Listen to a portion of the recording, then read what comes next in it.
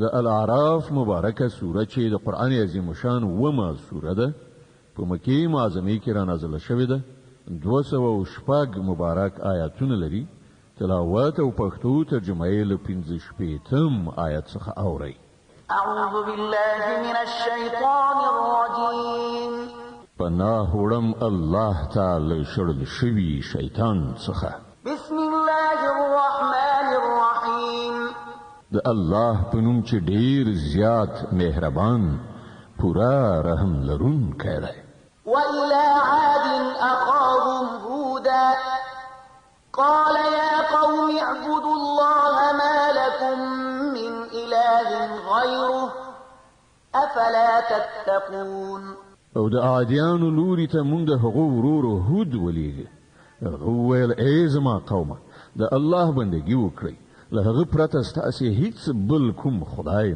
نشته نو آیا نه ویریږئ قال الملأ الذين كفروا من قومه إنا لنراك في سفاهة وإنا لنظنك من الكاذبين د هغه د قوم مشرانو چې د هغه د خبرې لمنلو څخه انکار کاوه په جواب کې وویل مو خو تا په ناپوهۍ کې اخته ګڼو او زموږ دا ګمان دی چې ته دروغجن یې قال يا قوم ليس بي سفاهة ولكني رسول من رب العالمين أبلغكم رسالات ربي وأنا لكم ناصح أمين هغه وویل ای زما قومه زه په ناپوهۍ کې اخته نه یم بلکې زه د رب العالمین پیغمبر یم تاسې ته د خپل رب پیغامونه رسوم او ستاسې خواخوږی یم چې ډاډینه ورباندې کیدی شي أوعجبتم أن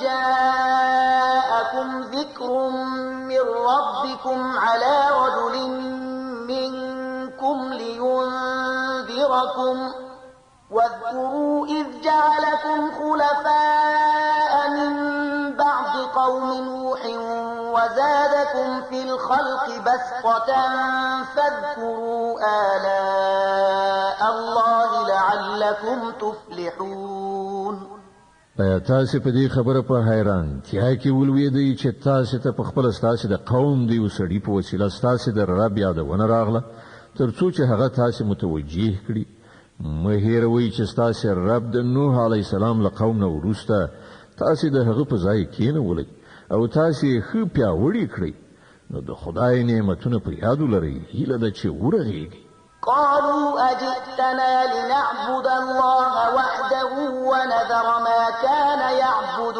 آباؤنا فأتنا بما تعدنا إن كنت من الصادقين هغوی ځواب ورکړ آیا ته د دې لپاره موږ ته راغلی چې موږ یوازې د الله عبادت وکړو او هغه پرېږدو چې زموږ پلرونو نیکونو د هغو عبادت کړی دی ښه نو راوله هغه عذاب چې ته موږ ته د هغه اخطار راکوې که ته رښتینی قال قد وقع عليكم من ربكم رجس وغضب أتجادلونني في أسماء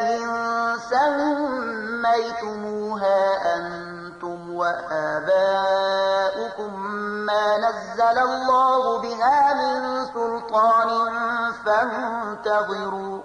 فانتظروا إني معكم من المنتظرين هغه وویل ستاسې د رب نفرین در باندې پرېوت او د هغه غضب در باندې وغورځېد آیا تاسې له ما سره په هغو نومونو شخړې کوئ چې تاسې او ستاسې پلرونو او نیکونو ایښي دي چې د هغو لپاره الله کوم سند نه دی نازل کړی ښه نو تاسې هم منتظر اوسئ او زه به هم له تاسې سره انتظار کوم فأنجيناه والذين معه برحمة منا وقطعنا دابر الذين كذبوا بآياتنا وما كانوا مؤمنين په پای کې مونږ په خپلې مهربانۍ سره هود علیه السلام او د هغه ملګري وژغورل او د هغو خلکو بیخ مو ویستو چې زموږ آیاتونه یې دروغ ګڼلي وو او نو ایمان راوړونکي وإلى ثمود أخاهم صالحا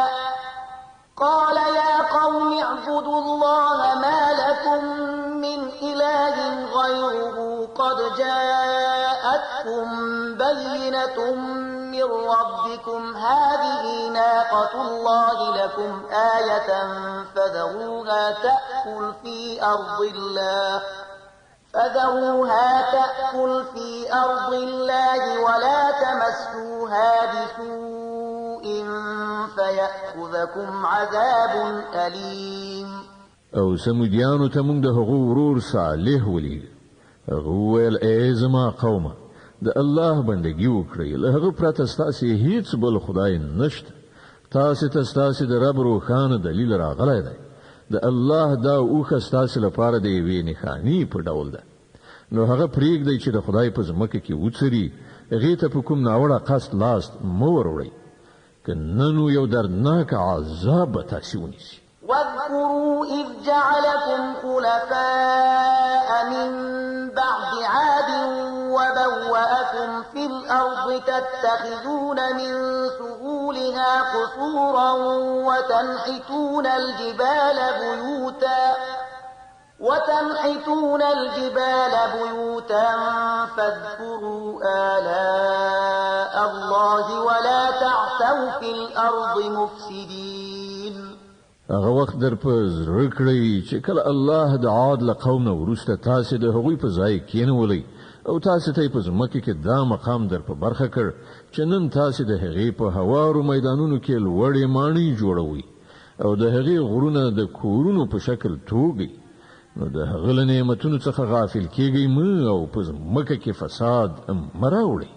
قال الملأ الذين استكبروا من قومه للذين استضعفوا لمن آمن منهم أتعلمون أن صالحا مرسل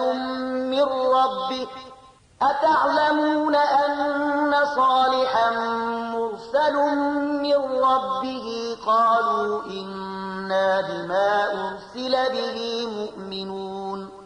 د هغه د قوم هغو مشرانو چې تکبر یې غوره کړی وو، د ټیټې طبقې هغو خلکو ته چې ایمان یې راوړی وو، ویل تاسې په رښتیا سره په دې پوهیږئ چې صالح د خپل رب پیغمبر دی. هغوی ځواب ورکړ په دې کې شک نشته، له کوم پیغام سره چې هغه لیږل شوی دی موږ هغه منو.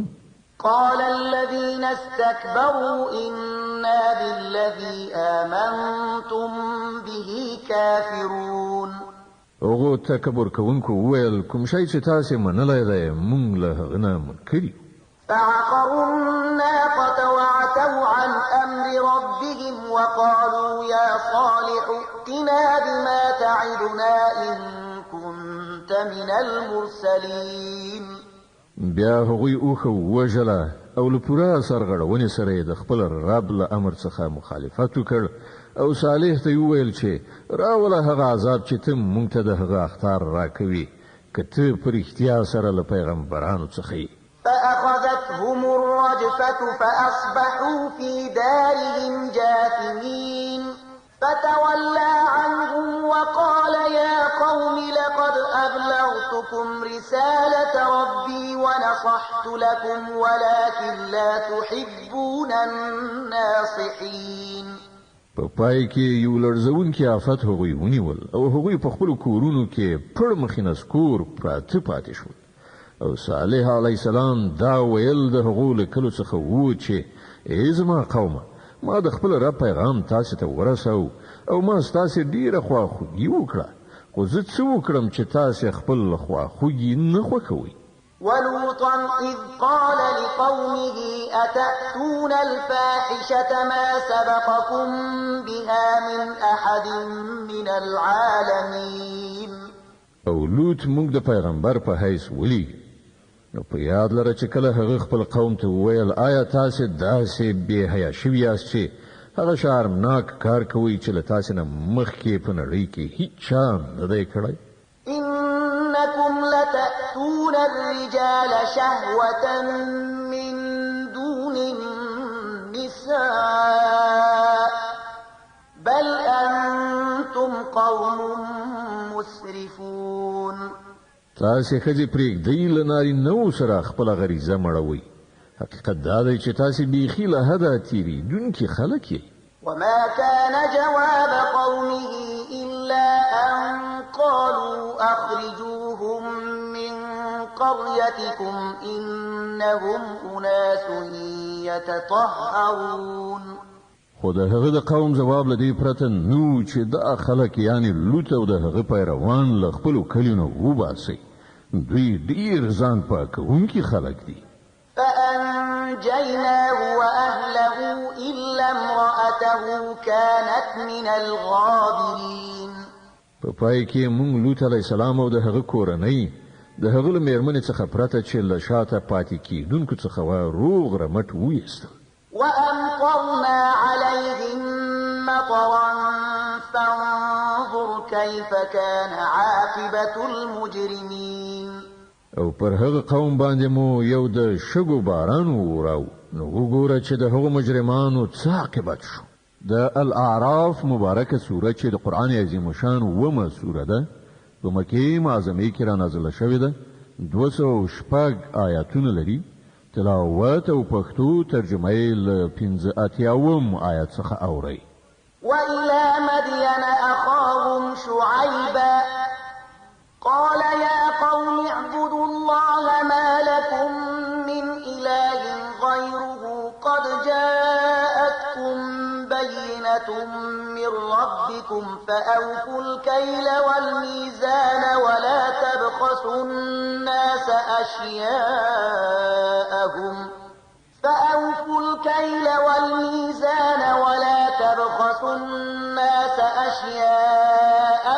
ولا تفسدوا في الأرض بعد إصلاحها ذلكم خير لكم إن كنتم مؤمنين. او د مدین اوسیدونکو ته موږ د هغوی ورور شعیب ولید. هغه وویل ای زما قومه د الله بندگی وکړئ له هغه پرته ستاسې هیڅ بل خدای نشته. تاسې ته ستاسې د رب څرګنده لارښوونه راغلې ده نو تله او پیمانه پوره کوئ او د خلکو مالونه د تللو یعنی وزن کولو په وخت کې مه کموئ او په ځمکه کې فساد مه راوړئ چې کله د هغې اصلاح شوې ده. په همدې کې ستاسې ښېګڼه ده که تاسې په رښتیا مؤمنان یاست. ولا تقعدوا بكل صراط توعدون وتصدون عن سبيل الله من آمن به وتبغونها عوجا واذكروا إذ كنتم قليلا فكثركم وانظروا كيف كان عاقبة المفسدين. او د ژوند په هر لار باندې د شکاونې لپاره مکینې چې خلک ویروي مؤمنان د خدای له لارې نه منع کړئ او د سمې لارې د کږولو په هڅه کې مه اوسئ. هغه وخت در په زړه کړئ چې کله تاسې لږ شمېر وئ بیا الله تاسې زیات کړئ او په غړېدلو سترګو وګورئ چې په نړۍ کې فساد کوونکي په کوم سرنوشت اخته شوي دي. وإن كان طائفة آمنوا بالذي أرسلت به وطائفة لم يؤمنوا فاصبروا حتى يحكم الله بيننا وهو خير الحاكمين. کله تاسې څخه یوه ډله په هغه هدایت باندې چې زه ورسره لېږل شوی یم ایمان راوړي او بله ایمان نه راوړي نو له صبر سره سترګې په لاره اوسئ چې ترڅو الله زمون په منځ کې فیصله وکړي او همغه تر هر چا ښه فیصله کوونکی دی. قال الملأ الذين استكبروا من قومه لنخرجنك يا شعيب والذين آمنوا معك من قريتنا أو لتعودن في ملتنا قال أولو كنا كارهين. د هغه د قوم مشرانو چې د خپل تکبر په غرور کې اخته وو هغه ته وویل چې ای شعیب موږ به تا او هغه خلک چې له تا سره ایمان راوړی دی له خپلې سیمې نه وباسو او یا به بیرته زموږ ملت ته را اوښتونکي یاست. شعیب ځواب ورکړ آیا موږ به په زور واړول شو که زموږ خوښه هم نه وي؟ قد افترينا على الله كذبا إن عدنا في ملتكم بعد إذ نجانا الله منها وما يكون لنا أن نعود فيها إلا أن يشاء الله ربنا وسع ربنا كل شيء علما على الله توكلنا ربنا افتح بيننا وبين قومنا بالحق وأنت خير الفاتحين. مونږ به په الله پورې دروغ تړونکي یو که بیرته ستاسې ملت ته دروغ ګرځو کله چې الله مونږ ته له هغه نه نجات را په برخه کړی دی. زمونږ لپاره خو هغه لوري ته ورګرځېدل اوس په هیڅ ډول امکان نه لري مګر دا چې زمونږ د رب الله همداسې خوښه شي. زمونږ د رب علم په هر څه پراخ چارپیر دی. پر همغه باندې مونږ اعتماد کړی دی. ای پروردګاره زمونږ او زمونږ د قوم په منځ کې په حقه فیصله وکړه او ته ډېر ښه فیصله کوونکی. وقال الملأ الذين كفروا من قومه لئن اتبعتم شعيبا إنكم إذا لخاسرون. د هغه د قوم مشرانو چې د هغه د خبرې له منلو څخه یې انکار کړی وو په خپلو کې سره وویل که تاسې د شعیب پیروي قبوله کړه نو تباه به شئ. فأخذتهم الرجفة فأصبحوا في دارهم جاثمين. خو داسې پیښه شوه چې یو لړزونکی آفت یعنې زلزلې هغوی ونیول نو په خپلو کورونو کې په زنګنو ناست مړه پاتې شول. الذين كذبوا شعيبا كأن لم يغنوا فيها الذين كذبوا شعيبا كانوا هم الخاسرين. کوم خلکو چې شعیب دروغجن وګاڼه هغوی داسې له منځه لاړل چې ته به وایې هېڅکله په هغو کورونو کې نه وو اوسېدلي. هماغه د شعیب دروغ ګڼونکي په پای کې تباه شو. فتولى عنهم وقال يا قوم لقد أبلغتكم رسالات ربي ونصحت لكم فكيف آسى على قوم كافرين. او شعیب علیه السلام په دې وینا کولو سره د هغو له سیمې څخه ووت چې ای زما قومه ما د خپل رب پیغامونه تاسې ته ورسول او له تاسې سره د خواخوږۍ حق مې ادا کړ. اوس څنګه پر هغه قوم باندې افسوس وکړم چې د حق له منلو څخه انکار کوي. وما أرسلنا في قرية من نبي إلا أخذنا أهلها بالبأساء والضراء لعلهم يضرعون. هېڅکله داسې نه ده شوې چې موږ کومې سیمې ته پیغمبر لیږلی وي او د هغې سیمې خلک مو مخکې په تنګلاسۍ او کړاوونو کې نه وي اخته کړي په دې تدبیر چې ښایي هغوی په زارویو شي. ثم بدلنا مكان السيئة الحسنة حتى عفوا وقالوا قد مس آباءنا الضراء والسراء فأخذناهم بغتة وهم لا يشعرون. بیا موږ د هغو بېوزلي په سوکالۍ بدله کړه تر دې پورې چې د هغو بڼه ورغېدله وده یې وکړه یعنې شمیر یې زیات شو او په دې وینا یې خوله پرانستله چې زموږ په پلرونو نیکونو باندې هم ښې بدې ورځې راغلي دي. په پای کې موږ هغوی په ناڅاپي توګه ونیول او هغوی خبر قدرې هم نه شول.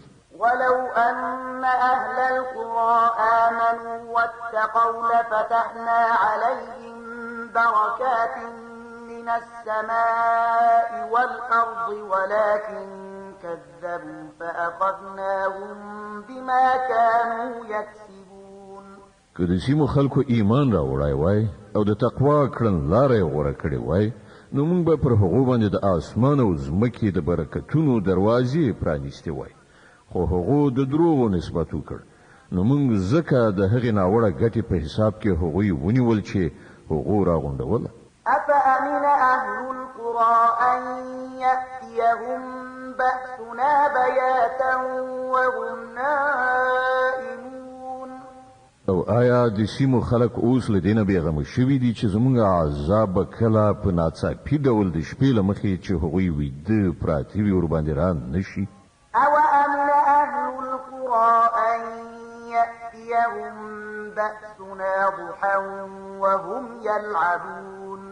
یا هغوی ډاډه شوي دي چې زموږ محکم نیونکی لاس به کله په ناڅاپي توګه د ورځې له مخې چې هغوی په لوبو اخته وي ور ونه غځېږي. أفأمنوا مكر الله فلا يأمن مكر الله إلا القوم الخاسرون. آیا دوی د الله له پټ تدبیر نه بېغمه دي؟ په داسې حال کې چې د الله له پټ تدبیر نه همغه قوم بېغمه کېږي چې تباه کېدونکی وي. أولم يهد للذين يرثون الأرض من بعد أهلها أن لو نشاء أصبناهم بذنوبهم ونطبع على قلوبهم فهم لا يسمعون. او آیا هغو خلکو ته چې د ځمکې له پخوانیو اوسېدونکو نه وروسته د هغې وارثان ګرځي دغه واقعیت څه درس نه دی ورکړی چې که موږ وغواړو د هغوی په ګناهونو باندې هغوی نیولی شو او موږ د هغوی په زړونو باندې مهر وهو او بیا به هغوی هیڅ نه اوري. د الاعراف مبارکه سوره چې د قرآن عظیم شان ومه سوره ده په مکې معظمې کې رانازله شوې ده. 206 آیاتونه لري. تلاوت او پښتو ترجمه یې له 101 آیت څخه اورئ. تلك القرى نقص عليك من أنبائها ولقد جاءتهم رسلهم بالبينات فما كانوا ليؤمنوا بما كذبوا من قبل كذلك يطبع الله على قلوب الكافرين. دا قومونه چې موږ د حقوق کیسې درته اورو ستا په وړاندې مثالونه شته. د هغوی پیغمبرانو هغوی ته له ښکاره څرګندو نښانو سره راغلل. حکم شی چې هغوی یو ځل دروغ ګڼلی و بیا د هغه منونکي نه و. وګوره موږ په دغه شان د حق د منکرانو په زړونو باندې مهر وهو. وما وجدنا لأكثرهم من عهد وإن وجدنا أكثرهم لفاسقين. موږ د هغو په زیاترو کې د ژبنې یعنی وعدې څه وفا ونه موندله بلکې زیاتره مو فاسقان وموندل.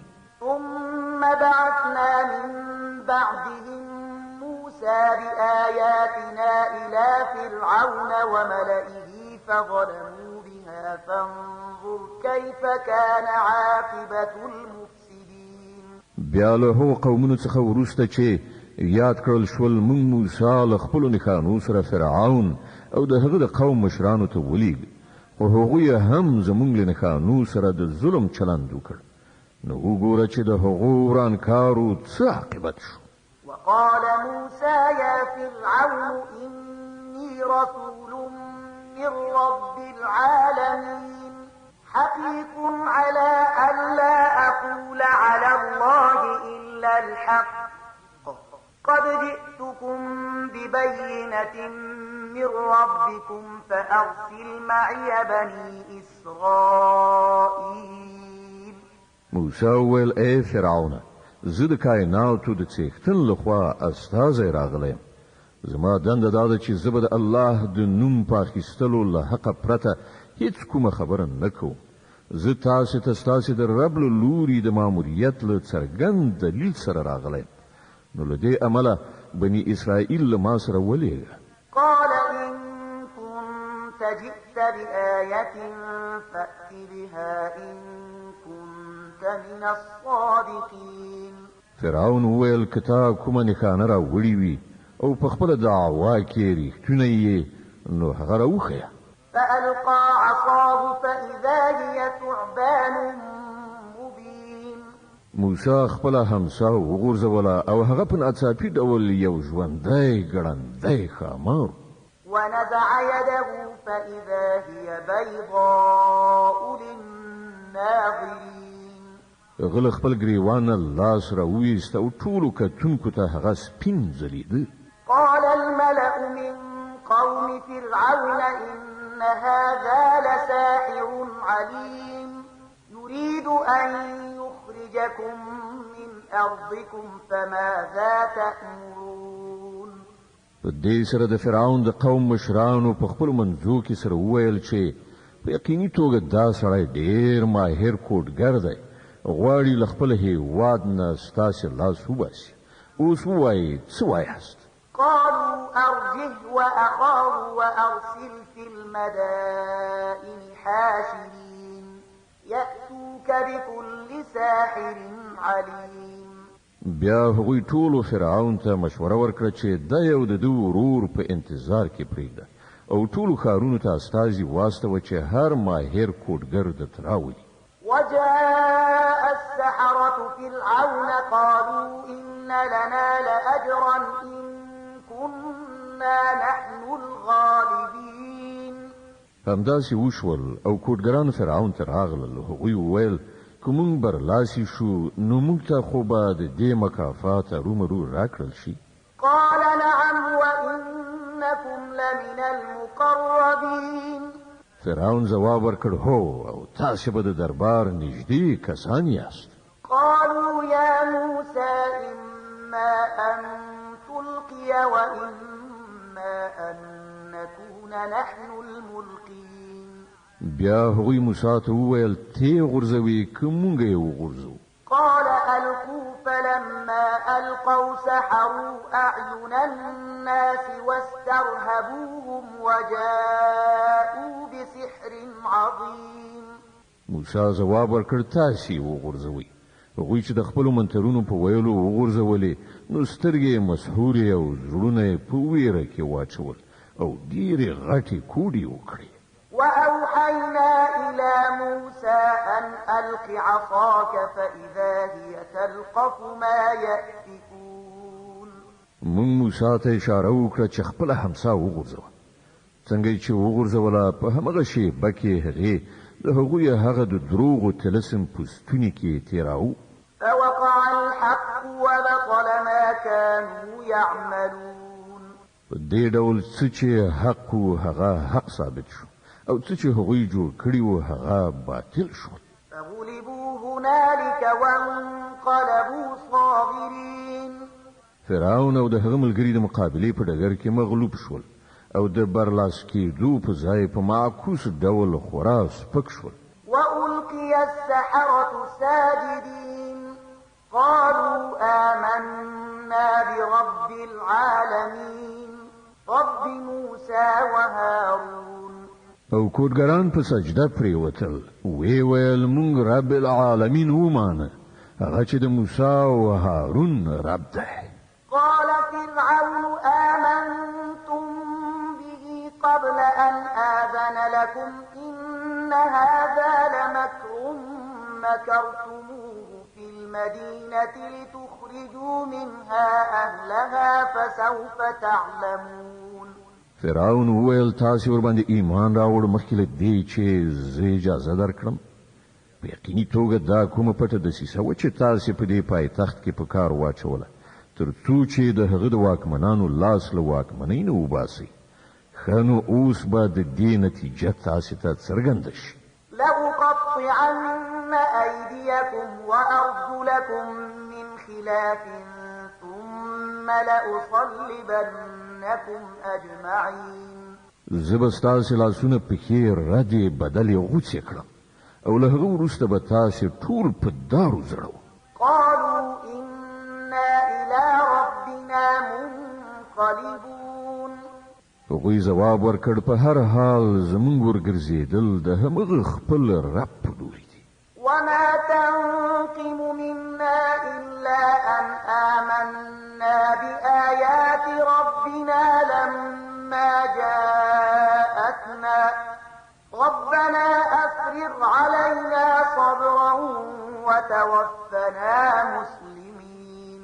ته چې په کومه خبره له موږ څخه غچ اخیستل غواړې هغه له دې پرته نور څه نه دي چې زمونږ د رب نښانې چې کله زمونږ مخې ته وړاندې شوې نو موږ هغه ومنلې. ای ربه پر موږ باندې صبر ووروه او موږ له نړۍ نه بوزه خو په داسې حال کې چې موږ ستا فرمان بردار اوسو. وقال الملأ من قوم فرعون أتذر موسى وقومه ليفسدوا في الأرض ويذرك وآلهتك قال سنقتل أبناءهم ونستحيي نساءهم وإنا فوقهم قاهرون.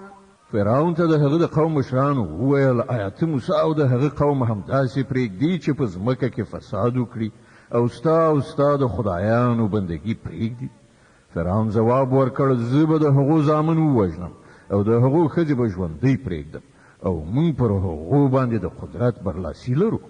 قال موسى لقومه استعينوا بالله واصبروا إن الأرض لله يورثها من يشاء من عباده والعاقبة للمتقين. موسی خپل قوم ته وویل له الله نه مرسته وغواړئ او زغم ولرئ، ځمکه د الله ده، له خپلو بندګانو څخه یې چې چاته خوښه شي د هغې وارث یې ګرځوي او وروستۍ کامیابي د همغو لپاره ده چې له هغه څخه په ویرېدو کار کوي. قالوا أوذينا من قبل أن تأتينا ومن بعد ما جئتنا قال عسى ربكم أن يهلك عدوكم ويستخلفكم في الأرض فينظر كيف تعملون. د هغه د قوم خلکو وویل ستا له راتګ نه مخکې هم مونږ ځورول کېدو او اوس ستا په راتګ هم ځورول کېږو. هغه ځواب ورکړ نږدې ده هغه وخت چې ستاسې رب ستاسې دښمنان هلاک کړي او تاسې ته په ځمکه کې خلافت درکړي، بیا وګوري چې تاسې څنګه عمل کوئ. ولقد أخذنا آل فرعون بالسنين ونقص من الثمرات لعلهم يذكرون. مونږ فرعونیان تر ډیرو کلونو پورې په کاتۍ او د حاصلاتو په کموالي کې اخته کړل چې ښایي هغوی متوجه شي.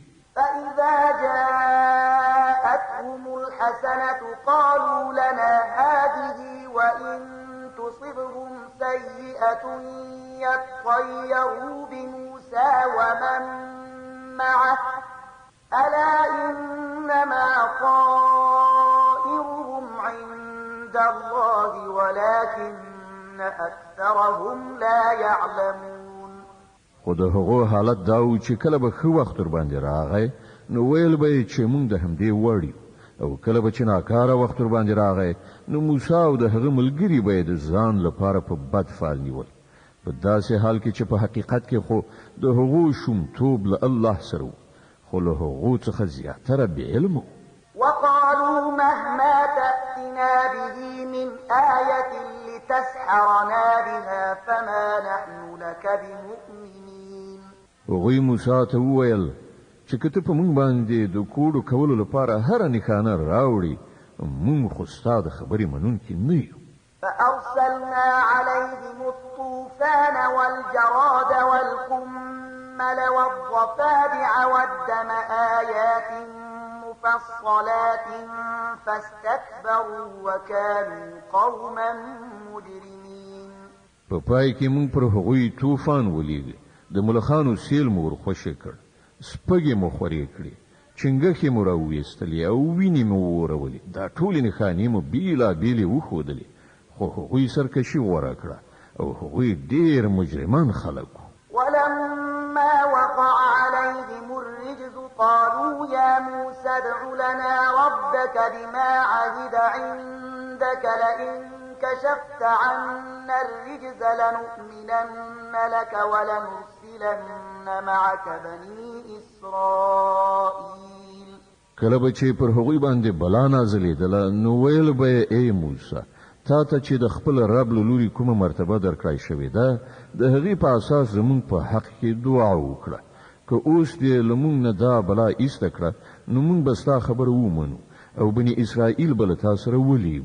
فلما كشفنا عنهم الرجز إلى أجل هم بالغوه إذا هم ينكثون. خو کله به چې موږ له هغو څخه خپل عذاب دی او څه ټاکلي وخت لپاره چې هغه ته په هر حال ورسېدونکي وو ایسته کړ نو هغوی به کاملا له خپلې وعدې څخه اوښتل.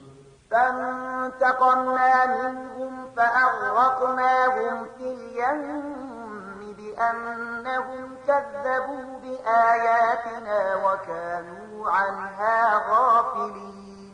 نو هله موږ له هغو څخه غچ واخیست او هغوی مو په سمندر کې ډوب کړل ځکه چې هغو زموږ نښانې دروغ ګڼلې وې او له هغو څخه بې پروا شوي وو. وأورثنا القوم الذين كانوا يستضعفون مشارق الأرض ومغاربها التي باركنا فيها وتمت كلمة ربك الحسنى على بني إسرائيل بما صبروا ودمرنا ما كان يصنع فرعون وقومه وما كانوا يعرشون. او د هغوی په ځای مونږ هغه خلک چې کمزوري کړای شوي وو د هغې ځمکې د ختیځ او لویدیځ وارثان وګرځول چې مونږ هغه له برکتونو څخه پوره معموره کړې وه.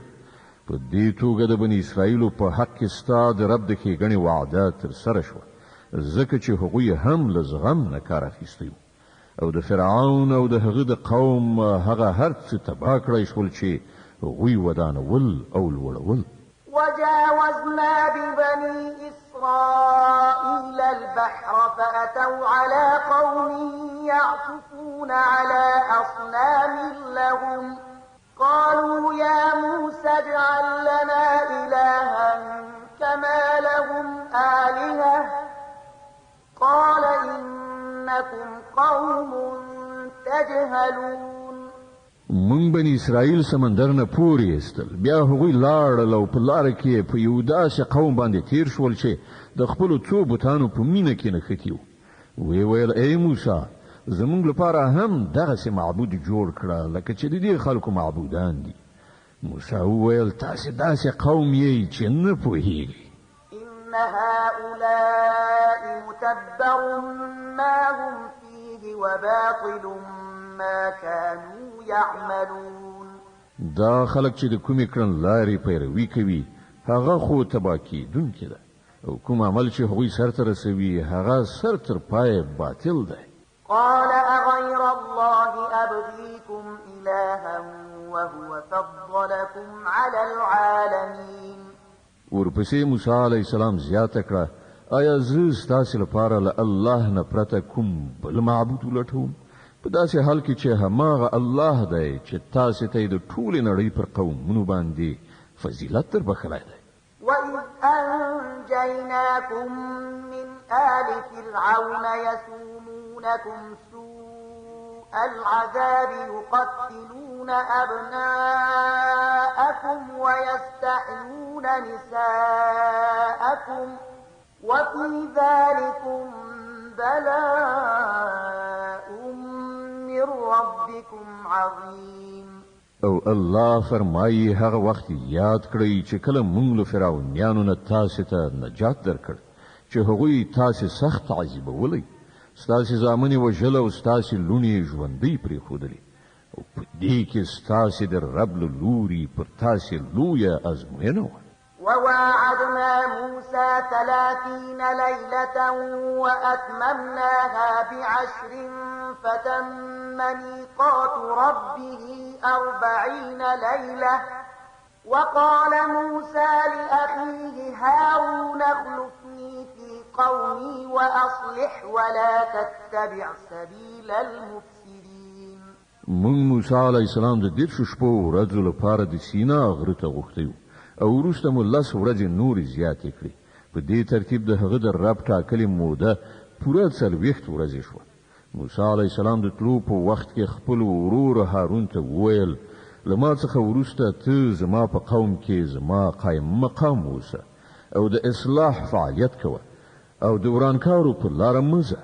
ولما جاء موسى لميقاتنا وكلمه ربه قال رب أرني أنظر إليك قال لن تراني ولكن انظر إلى الجبل فإن استقر مكانه فسوف تراني فلما تجلى ربه للجبل جعله دكا وخر موسى صعقا فلما أفاق قال سبحانك تبت إليك وأنا أول المؤمنين.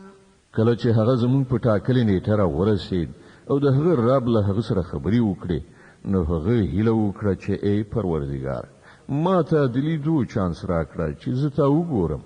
الله فرمایل ته ما نشې لیدلی، هو لږ شان د غره لوري ته وګوره، که هغه په خپل ځای ولاړ پاتې شو نو البته ته ما لیدلی شي. نو کله چې د هغه رب په غره باندې د دیدار وړانګې وغورځولې نو هغه یې میده میده کړ او موسی علیه السلام بیوخه پریوت.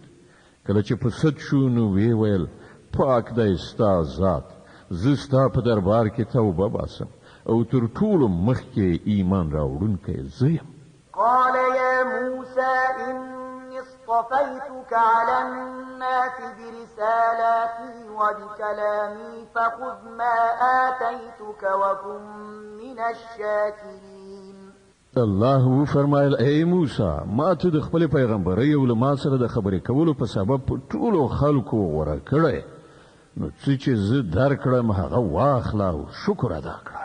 وكتبنا له في الألواح من كل شيء موعظة وتفصيلا لكل شيء فخذها بقوة وأمر قومك يأخذوا بأحسنها سأريكم دار الفاسقين.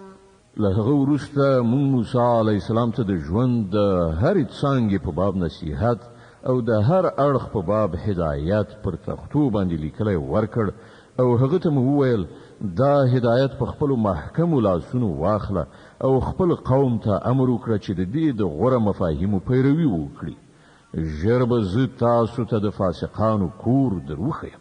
سأصرف عن آياتي الذين يتكبرون في الأرض بغير الحق وإن يروا كل آية لا يؤمنوا بها وإن يروا سبيل الرشد لا يتخذوه سبيلا وإن يروا سبيل الرشد لا يتخذوه سبيلا وإن يروا سبيل الغي يتخذوه سبيلا ذلك بأنهم كذبوا بآياتنا وكانوا عنها غافلين.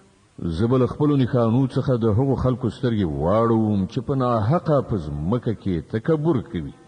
هغوی که هره نښانه وګوري هېڅکله به پرې ایمان را نه وړي. که سمه لاره یې په مخه ورشي نو هغه به غوره نه کړي او که کږه لاره یې تر سترګو شي نو په هغې باندې به وخوځي، ځکه چې هغوی زموږ نښانې دروغ وګڼلې او له هغو څخه یې بې پروایي وکړه.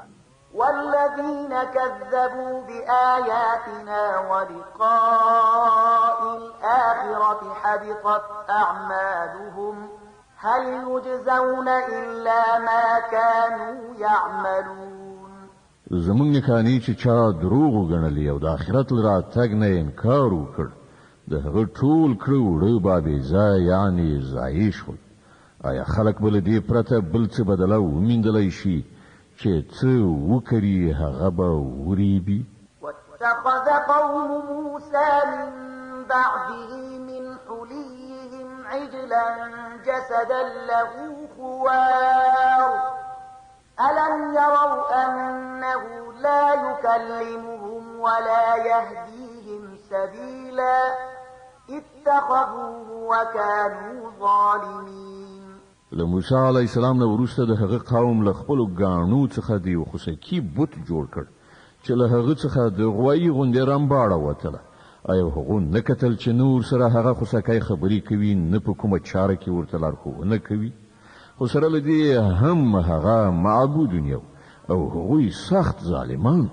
ولما سقط في أيديهم ورأوا أنهم قد ضلوا قالوا لئن لم يرحمنا ربنا ويغفر لنا لنكونن من الخاسرين. بیا کله چې د هغوی د غولیدنې طلسم مات شو او هغوی ولیدل چې په حقیقت کې هغوی ګمراه شوي دي نو وی ویل چې که زمونږ رب پر مونږ باندې رحم ونه کړي او مونږ ته بخښنه ونه کړي نو مونږ به تباه شو. ولما رجع موسى إلى قومه غضبان أسفا قال بئس ما خلفتموني من بعدي أعجلتم أمر ربكم وألقى الألواح وأخذ برأس أخيه يجره إليه قال ابن أم إن القوم استضعفوني وكادوا يقتلونني فلا تشمت بي الأعداء ولا تجعلني مع القوم الظالمين. له هغې خوا موسی له غوسې او اندېښنې ډک خپل قوم ته ستون شو. له راتلو سره سم هغه وویل تاسې له ما وروسته ډېره ناوړه قایم مقامي وکړه. ایا ستاسې دومره صبر رانغی چې د خپل رب د حکم انتظار مو کړی وای؟ او تختې یې وغورځولې او د خپل ورور هارون د سر ویښتان یې ونیول خپلې خواته یې راښکود. هارون وویل ای زما د مور زویه دې خلکو پر ما فشار راوړ او نږدې و چې زه یې وژلی وای، نو دښمنان په ما مه خوشحاله کوه او له دې ظالمې ډلې سره ما مه یوځای کوه. قال رب اغفر لي ولأخي وأدخلنا في رحمتك وأنت أرحم الراحمين. بیا موسی علیه السلام وویل ای ربه ما او زما ورور ته بخښنه وکړه او مونږ په خپل رحمت کې داخل کړه. ته تر ټولو لوی رحیم یې. إن الذين اتخذوا العجل سينالهم غضب من ربهم وذلة في الحياة الدنيا وكذلك نجزي المفترين.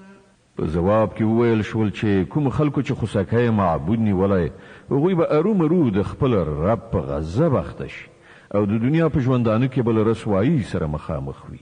دروغ تړونکو ته موږ هم دغه راز سزا ورکوو.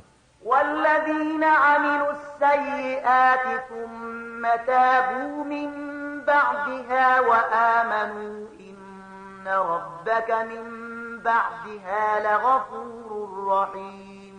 او کوم خلک چې بدې چارې سرته رسوي بیا توبه وباسي او ایمان راوړي نو په یقیني توګه له دې توبې او ایمان نه وروسته ستا رب بخښونکی او رحم کوونکی دی. ولما سكت عن موسى الغضب أخذ الألواح وفي نسختها هدى ورحمة للذين هم لربهم يرهبون. بیا کله چې د موسی علیه السلام غصه سړه شوه نو هغه تختې راواخیستله چې د هغو په لیکنه کې لارښوونه او رحمت و د هغو خلکو لپاره چې له خپل رب څخه ویریږي. واختار موسى قومه 70 رجلا لميقاتنا فلما أخذتهم الرجفة قال رب لو شئت أهلكتهم من قبل وإياي أتهلكنا بما فعل السفهاء منا إن هي إلا فتنتك تضل بها من تشاء وتهدي من تشاء أنت ولينا فاغفر لنا وارحمنا وأنت خير الغافرين. موسی علیه السلام د خپل قوم او یا تنه ټاکلي و چې هغوی له هغه سره زمونږ په ټاکلي وخت حاضر وي. کله چې دا خلک یوې سختې زلزلې ونیول نو موسی عرض وکړ ای زما واکمنه که تا غوښتي وای نو لا پخوا دې دوی او زه هلاکولی شولو. آیا ته په هغې ګناه سره چې له موږ څخه څو ناپوهانو کړې وه موږ ټول هلاکوي؟ دا خو ستا یوه ازموینه وه چې د هغې په وسیله چې ستا چاته خوښه شي هغوی په ګمراهۍ کې اخته کوي او چاته دې چې خوښه شي سمه لاره ورښیي. زموږ سرپرست خو همدا ته نو موږ ته بښنه وکړه او پر موږ باندې رحم وکړه. ته تر ټولو لوی بښونکی. واكتب لنا في هذه الدنيا حسنة وفي الآخرة إنا هدنا إليك قال عذابي أصيب به من أشاء ورحمتي وسعت كل شيء فسأكتبها للذين يتقون ويؤتون الزكاة والذين هم بآياتنا يؤمنون. او زموږ لپاره هم د دې دنیا نیکي ولیکه او هم د آخرت. موږ ستا لوري ته درو ګرځېدو. الله په ځواب کې وویل سزا خو چې زه چاته وغواړم ورکوم خو زما رحمت پر هر څه باندې خور شوی دی او هغه به زه د هغه چا لپاره ولیکم چې له سرغړونې څخه ډډه وکړي زکات ورکړي او زما په آیاتونو باندې ایمان راوړي الذين يتبعون الرسول النبي الأمي الذي يجدونه مكتوبا عندهم في التوراة والإنجيل يأمرهم بالمعروف وينهاهم عن المنكر ويحل لهم الطيبات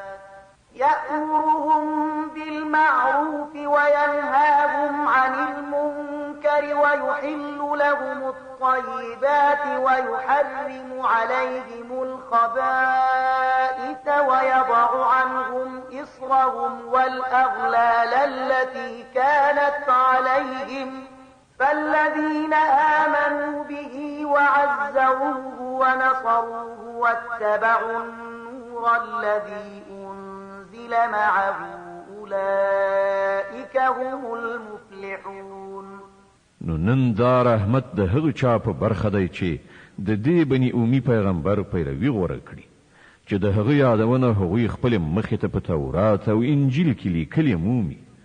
هغه دوی ته د نیکۍ حکم ورکوي له بدۍ نه یې منع کوي د دوی لپاره پاک شیان حلال او ناپاکه شیان حراموي او د دوی څخه هغه پیټی کوزوي چې پر دوی باندې دروند شوی او هغه بندیزونه ماتوي چې په هغه کې دوی کلک تړل شوي. نو کوم کسان چې په دې باندې ایمان راوړي او د دې ملاتړ او مرسته وکړي او د هغې روښنایي پیروي غوره کړي چې له ده سره نازله شوې ده همغوی بری میندونکي دي. قل يا أيها الناس إني رسول الله إليكم جميعا الذي له ملك السماوات والأرض لا إله إلا هو يحيي ويميت فآمنوا بالله ورسوله النبي الأمي الذي يؤمن بالله وكلماته واتبعوه لعلكم تهتدون. اے محمد صلی الله علیه وسلم وایي چې اے انسانانو زه ستاسو ټولو لوري ته د هغه خدای استازی یم چې د ځمکې او اسمانونو د پاچایي مالک دی. له هغه پرته بل خدای نشته. همغه ژوند بخي او همغه مرګ ورکوي. نو په الله او د هغه په هغه بني اومي استازي باندې ایمان راوړئ چې الله او د هغه ښوونې مني او د هغه پیروي غوره کړئ. هیله ده چې تاسې سمه لاره ومومئ.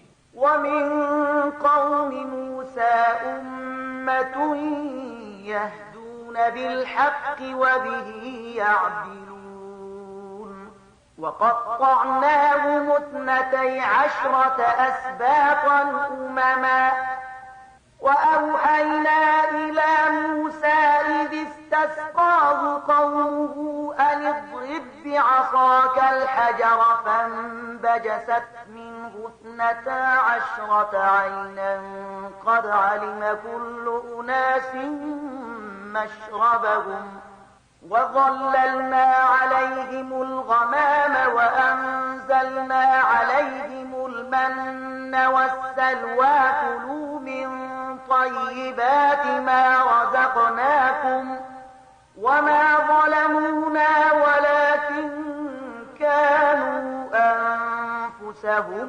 يظلمون. د موسی په قوم کې وډاله هم و چې له حق سره سمه ښوونه کوله او له حق سره سمې عدالت کو او موږ دا قوم په 12 کورنیو ویشلی هغوی ته مو د ځانګړو ډلو بڼه ورکړې او کله چې له موسی نه د هغه قوم اوبه وغوښتلې نو موږ هغه ته اشاره وکړه چې په فلاني تیږه باندې خپله همسا ووهه. نو بیا له هغې تیږې نه په ناڅاپي ډول 12 چینې راوخوټېدلې او هرې ډلې د خپلو اوبو اخیستلو ځای وټاکه. موږ پر هغوی باندې وریځ سیوری کړ او پر هغوی باندې مو من او سلوا نازل کړل.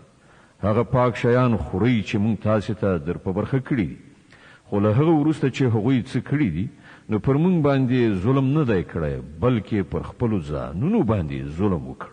وَإِذْ قِيلَ لَهُمُ اسْكُنُوا هذه القرية وكلوا منها حيث شئتم وقولوا حطة وادخلوا الباب سجدا نغفر لكم خطيئاتكم سنزيد المحسنين.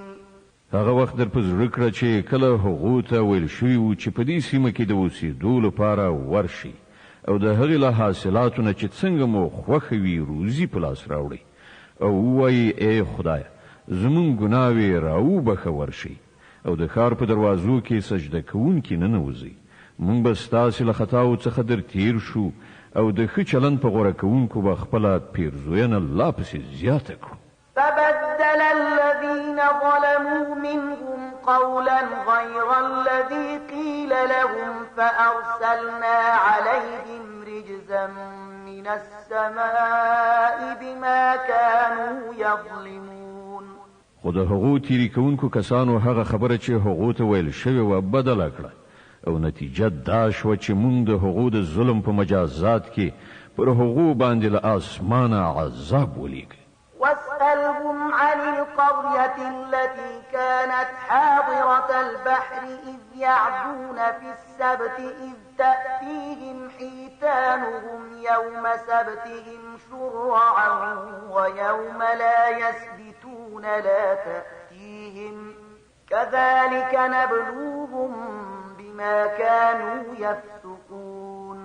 او لکشان له دوی نه د هغې سیمې د حال پوښتنه هم وکړه چې د سمندر په غاړه پرته وه. دوی ته هغه ماجرا ور په زړه کړه چې د هغه ځای خلکو د سبت یعنې شنبې د ورځې له الهي احکامو نه سرغړونه کوله او دا چې کبان د همدې سبت یعنې شنبې په ورځ سر ته پراختلو د هغوی مخې ته راتلل او له سبت یعنې شنبې نه پرته په نورو ورځو کې نه راتلل. دا د دې لپاره کېدل چې موږ د هغوی د سرغړونو له امله هغوی په ازمویښت کې اچول. وإذ قالت أمة منهم لم تعظون قوما الله مهلكهم أو معذبهم عذابا شديدا قالوا معذرة إلى ربكم ولعلهم يتقون. او هغوی ته دا هم ور په زړه کړه چې کله د هغوی یوې ډلې بلې ډلې ته ویلي و چې تاسې داسې خلکو ته ولې نصیحت کوئ چې الله د هغوی هلاکونکی یا ورته د سختې سزا ورکوونکی دی. نو هغوی ځواب ورکړی و چې موږ دا هر څه ستاسې د رب حضور ته د خپل معذرت وړاندې کولو لپاره کوو او په دې هیله یې کوو چې ښایي دا خلک د هغه له نافرمانۍ څخه په ډډه شي. فلما نسوا ما ذكروا به أنجينا الذين ينهون عن السوء وأخذنا الذين ظلموا بعذاب بئيس بما كانوا يفسقون. په پای کې چې کله هغوی هغه ښوونې بیخي هېرې کړې چې هغو ته ورزده کړی شوي وي نو موږ هغه خلک وژغورل چې له بدۍ نه یې منع کوله او نور پاتې ټول خلک چې ظالمان وو د هغو د نافرمانیو له امله مو په سخت عذاب سره ونیول. فلما عتوا عما نهوا عنه قلنا لهم كونوا قردة خاسئين. بیا کله چې هغوی په پوره سرکشۍ سره همغه چارې پرلپسې سرته ورسولې چې هغوی ورڅخه منع کړی شوي وو نو موږ وویل چې بیزوګانې شئ ذلیل او رسوا. وإذ تأذن ربك ليبعثن عليهم إلى يوم القيامة من يسومهم سوء العذاب إن ربك لسريع العقاب وإنه لغفور رحيم. او یاد کړه هغه وخت چې ستا رب اعلان وکړ چې هغه به تر قیامته پورې پرلپسې داسې خلک پر بني اسرائیلو مسلط کړي چې هغوی په ډیره بده توګه تعذیبوي. په رښتیا چې ستا رب په سزا ورکولو کې چټک دی او په یقیني توګه هغه له تېرېدنې او رحم څخه هم کار اخیستونکی دی. وقطعناهم في الأرض أمما منهم الصالحون ومنهم دون ذلك وبلوناهم بالحسنات والسيئات لعلهم يرجعون مونږ هغوی په ځمکه کې ټوټې کړل، په ډیرو قومونو باندې مو ویشل.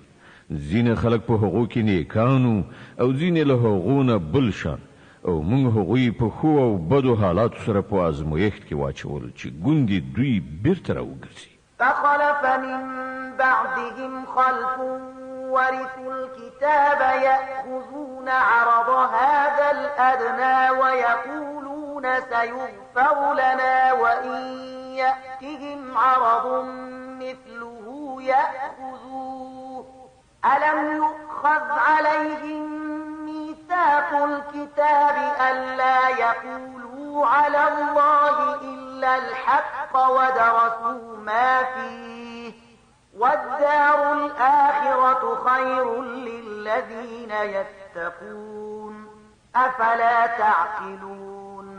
بیا د مخکنیو نسلونو نه وروسته داسې ناکاره خلکو د هغوی ځای ونیو چې د الهي کتاب وارثان شول. د همدې دنیا بیا ارزښته ګټې راغونډوي او وایي چې هیله ده چې مونږ وبخل شو، او که بیا همغه دنیوي ګټه په مخه ورشي بیا یې په منډه رااخلي. آیا له دوی څخه د کتاب وعده نه ده اخیستل شوې چې د الله په نوم دې همغه خبره وکړي چې حق وي، او دوی په خپله هغه څه لوستي دي چې په کتاب کې لیکلي دي. د آخرت استوګنځی خو یوازې له خدایه ویریدونکو کسانو لپاره ډېر غوره دی. آیا دوی نه پوهیږي؟ والذين يمسكون بالكتاب وأقاموا الصلاة إنا لا نضيع أجر المصلحين. کوم کسان چې په کتاب عمل کوي او لمونځ قائم کړی دی، دا یقیني ده چې د داسې ښو خلکو اجر به مونږ ضایع نه کړو. وإذ نتقنا الجبل فوقهم كأنه ظلة وظنوا أنه واقع بهم خذوا ما آتيناكم بقوة واذكروا ما فيه لعلكم تتقون. دوی ته هغه وخت هم څه په یاد دی چې مونږ غر راپورته کړی، پر دوی باندې مو داسې خور کړی و چې تا به ویل هغه چترۍ ده، او دوی ګمان کوو چې هغه به پر دوی باندې راوغورځي. او په هغه وخت کې مونږ دوی ته ویلي و چې کوم کتاب چې مونږ تاسې ته درکوو هغه کلک ونیسئ، او څه چې په هغه کې لیکلي دي هغه زده کړئ. هیله ده چې تاسې له انحراف نه وژغورل شئ. وإذ أخذ ربك من بني آدم من ظهورهم ذريتهم وأشهدهم على أنفسهم ألست بربكم قالوا بلى شهدنا أن تقولوا يوم القيامة إنا كنا عن هذا غافلين أو تقولوا إنما أشرك آباؤنا من قبل وكنا ذرية من بعدهم أفتهلكنا بما فعل المبطلون. او اے پیغمبره، خلکو ته هغه وخت ور پزړه کړه چې ستا رب د بنی آدمانو له شاګانو څخه د هغوی زوزات راوستلی وو، او هغوی په خپله په هغوی باندې شاهدان ګرځولي وو، او پوښتنه یې ورڅخه کړې وه آیا زه ستاسې خدای نه یم؟ هغوی وویل ارومرو همدا ته زمونږ رب یې، مونږ په دې باندې شاهدي ووایو. دا مونږ د دې لپاره وکړل چې چېرته تاسې د قیامت په ورځ دا ونه وایئ چې مونږ خو له دې خبرې ناخبره وو، یا دا ونه وایئ چې شرک خو زمونږ پلار نیکه له مونږ نه مخکې پیل کړی او مونږ وروسته د هغو له زوزات څخه پیدا شو. نو آیا ته مونږ په هغه قصور نیسې چې منحرفو خلکو کړی؟ وكذلك نفصل الآيات ولعلهم يرجعون. ګوره په دې توګه مونږ نښانې په څرګنده توګه وړاندې کوو، او د دې لپاره وړاندې کوو چې دا خلک راواوړي. د الاعراف مبارکه سوره چې په مکې معظمې کې را نازله شوې ده 206 مبارک آیاتونه لري. تلاوت او پښتو ترجمه یې له 115 آیت څخه اوري. واتل عليهم نبأ الذي آتيناه آياتنا فانسلخ منها فأتبعه الشيطان فكان من الغاوين. او اے محمد صلی الله علیه وسلم دوی ته د هغه چا حال بیان کړه چې هغه ته موږ د خپل آیاتونو علم ورکړی خو هغه د هغو عملي کولو څخه ووت په پای کې شیطان ورپسې شو تر دې پورې چې هغه له لارو ورکو څخه شو. ولو شئنا لرفعناه بها ولكنه أخلد إلى الأرض واتبع هواه فمثله كمثل الكلب إن تحمل عليه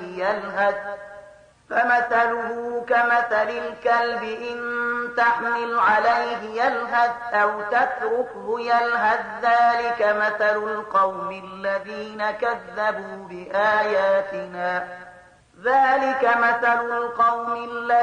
كذبوا بآياتنا فاقصص القصص لعلهم يتفكرون.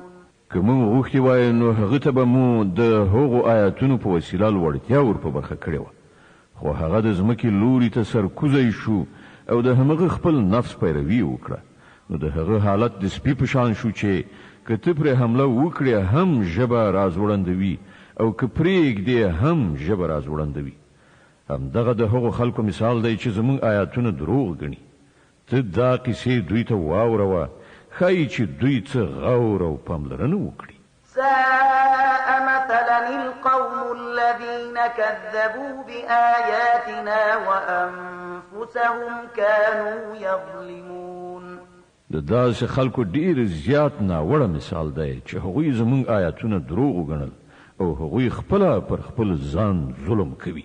من يهد الله فهو المهتدي ومن يضلل فأولئك هم الخاسرون. چاته چې الله هدایت ور په برخه کړي یوازې همغه سم لار مومي او څوک چې الله له خپل لار ښوونې څخه محروم کړ همغوی ناکام او نامراده پاتې کیږي. ولقد ذرأنا لجهنم كثيرا من الجن والإنس لهم قلوب لا يفقهون بها ولهم أعين لا يبصرون بها ولهم آذان لا يسمعون بها أولئك كالأنعام بل هم أضل أولئك هم الغافلون. او دا حقیقت دی چې زیاتره پیریان او انسانان داسې دي چې هغوی مو د دوزخ لپاره پیدا کړي دي. د هغوی زړونه شته خو هغوی ور باندې فکر نه کوي. د هغوی سترګې شته خو څه ور باندې نه ویني. د هغوی غوږونه شته خو څه پرې نه اوري. هغوی د څارویو په شان دي بلکې له هغو نه هم لا پسې تیر. دا هغه خلک دي چې په غفلت کې لویدلي. ولله الأسماء الحسنى فادعوه بها وذروا الذين يلحدون في أسمائه سيجزون ما كانوا يعملون. الله د غوره نومونو مستحق دی. هغه په همغه غوره نومونو سره وبلی او هغه خلک پرېږدي چې د هغه د نوم په ایښودلو کې له ریښتینولۍ نه منحرف کیږي څه چې هغوی سرته رسوي د هغه بدله به ومومي.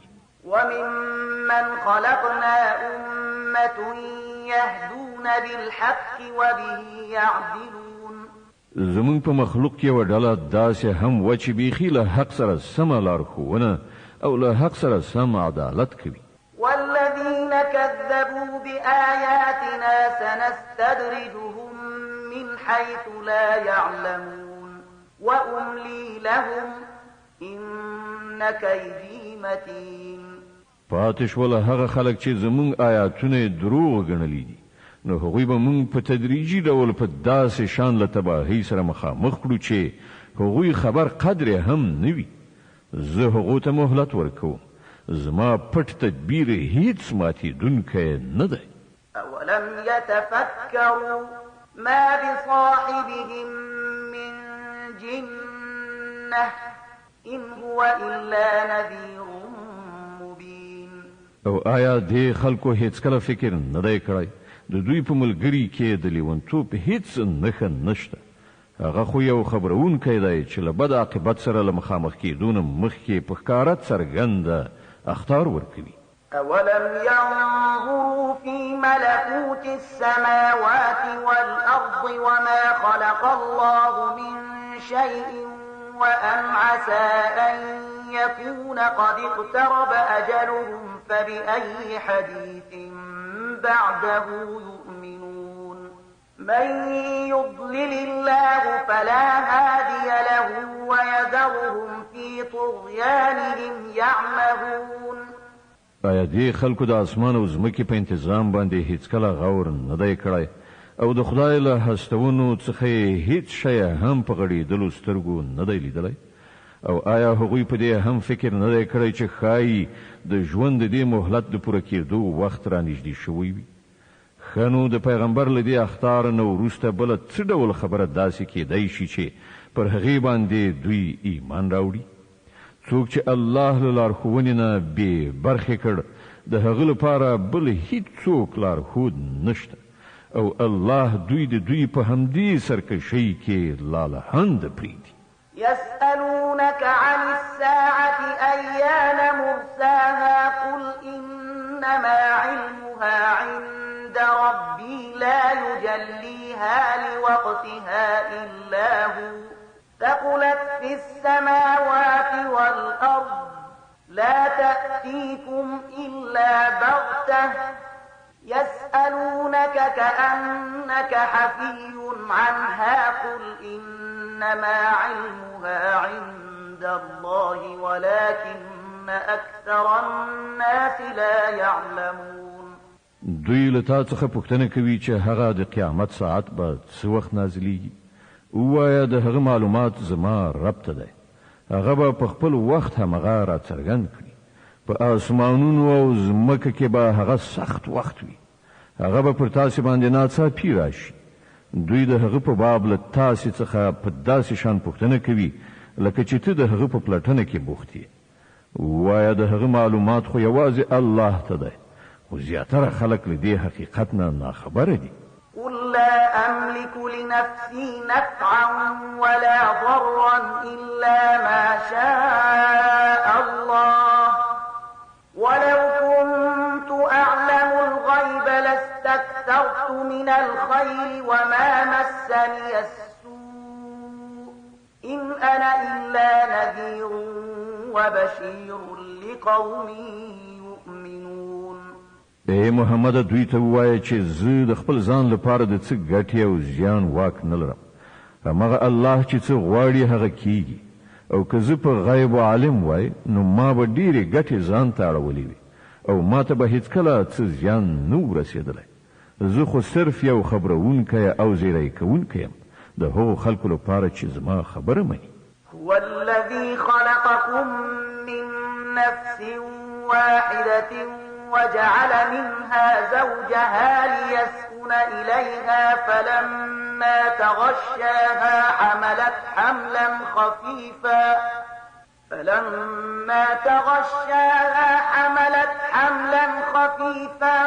فمرت به فلما أثقلت دعوا الله ربهما لئن آتيتنا صالحا لنكونن من الشاكرين. هغه همغه الله دی چې تاسې لیون نفس څخه پیدا کړی او د همغه له جنس نه یې د هغه جوړه منځته راوړه تر څو چې له هغې سره بسیا شي. بیا کله چې نارینه ښځه وپوښله نو هغه بارداره شوه په سپک غوندې بار سره چې د هغه په اخیستلو هغه وګرځېده راوګرځېده. نو کله چې هغه دروند شو نو دواړو یو ځای له الله خپل رب څخه غوښتنه وکړه چې که تا مونږ ته ښه غوندې زوی راکړ نو مونږ به ستا شکر ویستونکي اوسو. فلما آتاهما صالحا جعلا له شركاء فيما آتاهما فتعالى الله عما يشركون.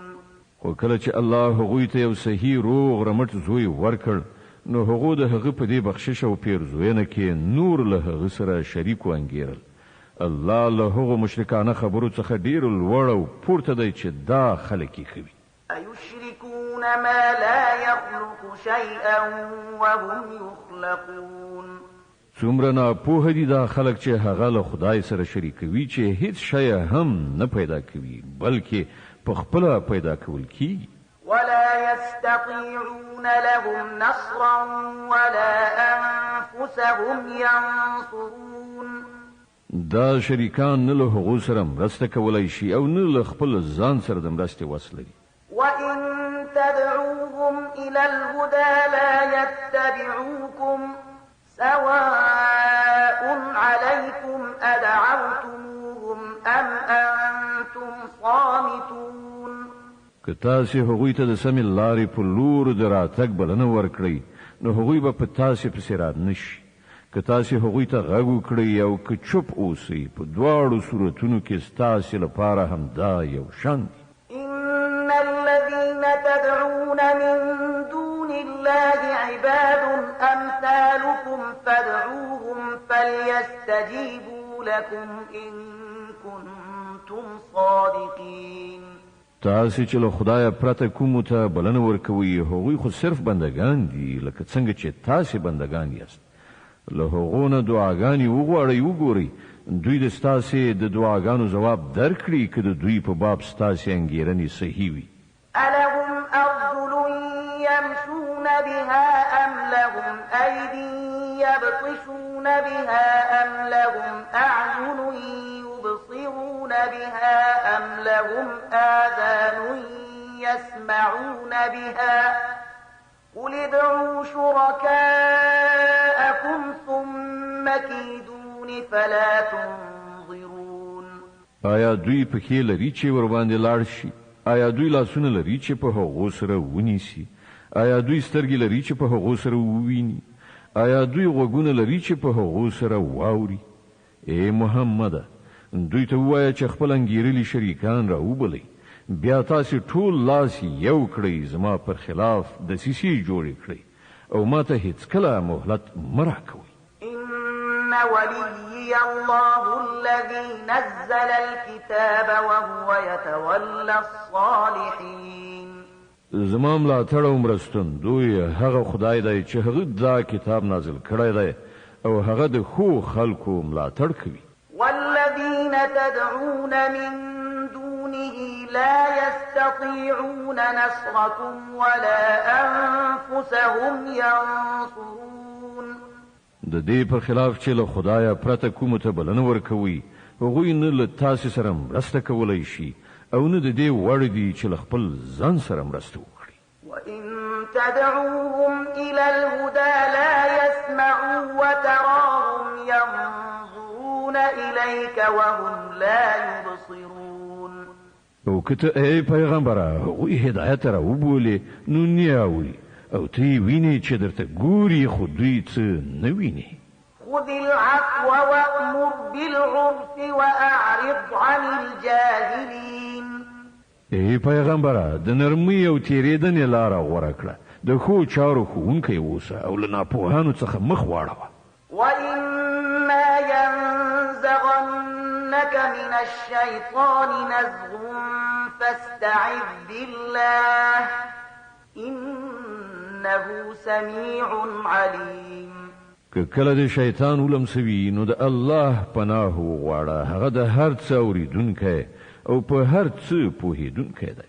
إن الذين اتقوا إذا مسهم طائف من الشيطان تذكروا فإذا هم مبصرون وإخوانهم يمدونهم في الغي ثم لا يقصرون. په حقیقت کې چې څوک پرهیزګاران دي د هغوی حال دا وي چې کله د شیطان له اغېزې نه ناوړه مفکوره ورسره پیدا کیږي نو سم د لاسه متوجه کیږي او بیا هغوی په څرګنده توګه ویني چې د هغو لپاره سمه کړنلاره کومه یوه ده. وإذا لم تأتهم بآية قالوا لولا اجتبيتها قل إنما أتبع ما يوحى إلي من ربي هذا بصائر من ربكم وهدى ورحمة لقوم يؤمنون. پاتې شول د شیطانانو ورونه نو هغوی په خپله کږه لاره راکاږي او د هغوی په منحرف کولو کې هیڅ کمی نه کوي. ای پیغمبره کله چې ته د خلکو ته کومه نښانه یعنی معجزه وړاندې نکړې نو دوی وایي چې تا د خپل ځان لپاره کومه نښانه ولې غوره نکړه دوی ته ووایه زه خو صرف د هغې وحی پیروي کوم کوم چې زما رب ماته رالیږلې ده دا ستاسې د رب له لوري د بصیرت روښنایي او لارښوونه او رحمت دی د هغو خلکو لپاره چې وی مني وإذا قرئ القرآن فاستمعوا له وأنصتوا لعلكم ترحمون کله چې ستاسې په وړاندې قرآن لوستل کیږي نو هغه په غور سره واورئ او چوپ اوسئ ښایي چې پر تاسې باندې هم رحم وشي واذكر ربك في نفسك تضرعا وخيفة ودون الجهر من القول بالغدو والآصال ولا تكن من الغافلين ای پیغمبره خپل رب سهار او ماښام په زړه کې له زارۍ او ویرې سره او په ژبه او ورو اواز سره یادوه ته له دې خلکو څخه مه کېږه چې په غفلت کې لوېدلي دي د الاعراف مبارکه سوره چې د قرآن عظیم شان اومه سوره ده په مکې معظمې کې را نازله شوې ده 206 مبارک آیاتونه لري تلاوت او پښتو ترجمه یې له 206 آیت څخه اوري د دې آیت په اوریدلو سره یوه د تلاوت سجده واجبه کیږي دا د قرآن عظیم شان د تلاوت لومړی سجده ده إن الذين عند ربك لا يستكبرون عن عبادته ويسبحونه وله يسجدون کومې پرښتې چې ستا د رب په وړاندې د نږدېوالي مرتبه لري هغوی هیڅکله د خپل تکبر په غرور کې نه ډوبېږي چې د هغه له عبادت څخه مخ واړوي هغه په پاکۍ سره ستایي او د هغه په وړاندې سر په سجده چیټوي د الانفال مبارکه سوره چې په مدینه منورې کې را نازله شوې ده 15 مبارک آیاتونه لري تلاوت او پښتو ترجمه یې له لومړي آیت څخه اوري بسم الله الرحمن الرحیم د الله په نوم چې ډیر زیات مهربان پورا رحم لرونکی دی يسألونك عن الأنفال قل الأنفال لله والرسول فاتقوا الله وأصلحوا ذات بينكم وأطيعوا الله ورسوله إن كنتم مؤمنين لتا څخه د انفال یعنی د ولجې د مالونو په باب پوښتنه کوي وایا د انفال یعنی د ولجې مالونه خود الله او د هغه د پیغمبر دي نو تاسو له الله څخه وویریږئ او خپل منځي اړیکې سمې کړئ او د الله او د هغه د پیغمبر اطاعت وکړئ که تاسو مؤمنان یاست إنما المؤمنون الذين إذا ذكر الله وجلت قلوبهم وإذا تليت عليهم آياته زادتهم إيمانا وعلى ربهم يتوكلون الذين يقيمون الصلاة ومما رزقناهم ينفقون ریښتینی مؤمنان خو هغه دي چې د هغو زړونه د الله د یاد په اوریدلو لړزیږي او کله چې د هغو په وړاندې د الله آیاتونه لوستل کیږي نو د هغو ایمان زیاتیږي او هغوی په خپل رب باندې اعتماد لري هغه کسان چې لمونځ قایموي او څه چې موږ هغو ته ورکړي دي له هغو څخه زموږ په لار کې لګوي أولئك هم المؤمنون حقا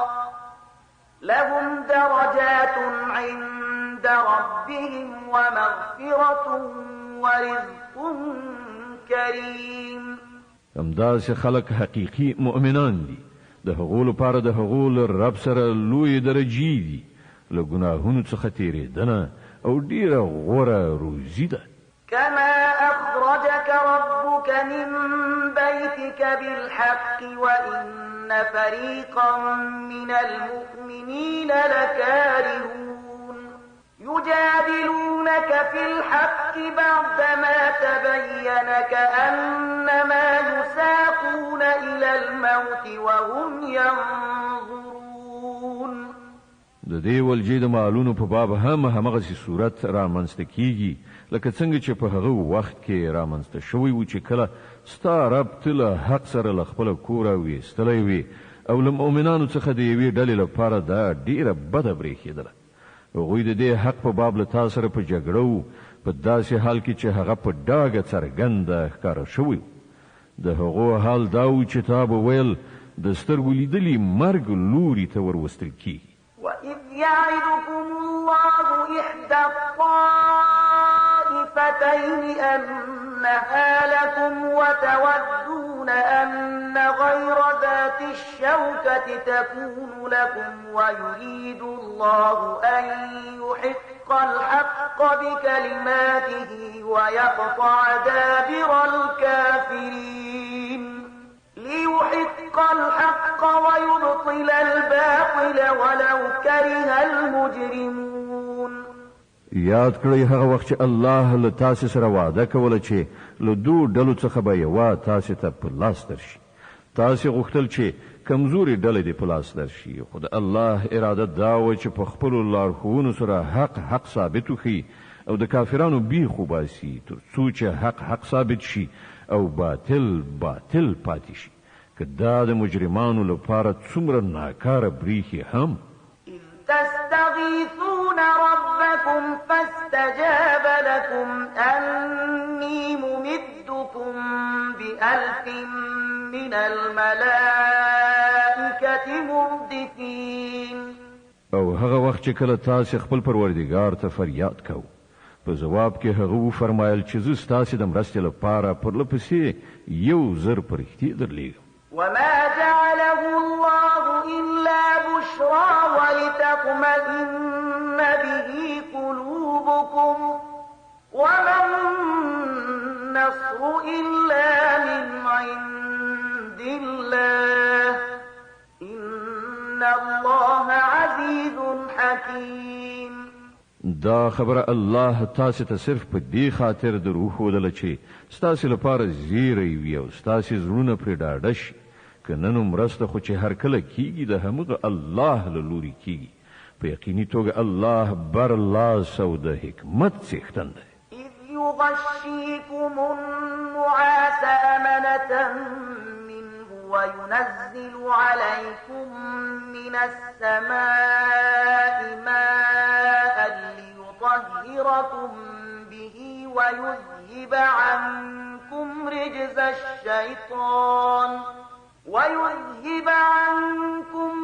الشيطان وليربط على قلوبكم ويثبت به الأقدام. او هغه وخت چې کله الله له خپل لوري نه د پریشانی په بڼه کې پر تاسې باندې د ډاډین او نو ویریدو کیفیت خوراو او له اسمانه پر تاسې باندې اوبو ورولې تر څو چې تاسې پاک کړي او له تاسې څخه د شیطان وسوسه ایسته کړي او ستاسې همت پیاوړی کړي او د هغه په وسیله ستاسې قدمونه ټینګ کړي. إذ يوحي ربك إلى الملائكة أني معكم فثبتوا الذين آمنوا سألقي في قلوب الذين كفروا الرعب فاضربوا فوق الأعناق واضربوا منهم كل بنان. او هغه وخت چې کله ستا عرب پرښتو ته وحی وکړه چې زه له تاسې سره یم د مؤمنانو قدمونه ثابت کړئ، زه به همدا اوس د کافرانو په زړونو کې ویره واچوم، نو تاسې د هغو پر غاړو باندې ګزار وکړئ او بند یې ووهئ. صدق الله العظيم. الله ستر رښتیا ویونکی دی.